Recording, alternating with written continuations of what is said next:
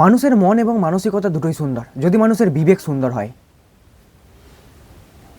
মানুষই পারে অন্য একটা মানুষকে ভালো রাখতে, আবার মানুষই পারে অন্য একটা মানুষকে কাঁদাতে।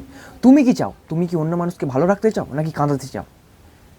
যদি তুমি চাও তো তুমি পারো, সহজেই পারো সবাইকে কাঁদাতে। যদি তুমি চাও আবার যদি তুমি চাও অন্যকে, তুমি সহজেই হাসাতে পারো।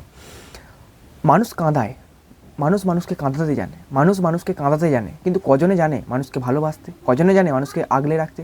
কজনে জানে মানুষকে কাছ থেকে দেখতে? কজনে জানে মানুষকে বুঝতে? হ্যাঁ, এটা ভালো যে তুমি অন্যকে বুঝতে পেরেছো, অন্যকে জানতে পেরেছো, অন্যর ভিতরে ঢুকতে পেরেছো। তবে তার জন্য এই করো না যে মানুষকে কষ্ট দিও না। তুমি মানুষকে কোনো দিন কষ্ট দিও না, যাই করুক সে যাই হয়ে যা, হাসিয়ে যাও, বাকিটা ভগবান তো আছে, দেখে নেবে। জীবনে কখনো কাউকে কষ্ট দেবে না,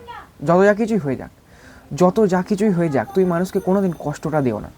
মানুষকে হাসিয়ে যাও, সে যেমন করে খুশি তুমি হাসাও, এনজয় করো, মানুষকে এনজয় করতে দাও নিজের মতো করে, মানুষকে বুঝে নাও। কোনো দিন কাউকে ঠকিও না, ঠকাতে যেও না। ঠকানো জিনিসটা বড়ই কেলেঙ্কারি, বড়ই খারাপ। এমন কাজ করো না যাতে মানুষ কাঁদে, মানুষের যাতে চোখে জল পড়ে। এটা কিন্তু তুমি হয়তো ভাবতে পারছো না যে মানুষকে আমি কাঁদাচ্ছি, আমি হাসছি, সুখে থাকছি, কিন্তু ভগবানের তরফ থেকে তুমি কোনোদিন সুখে থাকতে পারবে না। একদম। ভালো থেকো, এটুকুই, বাই।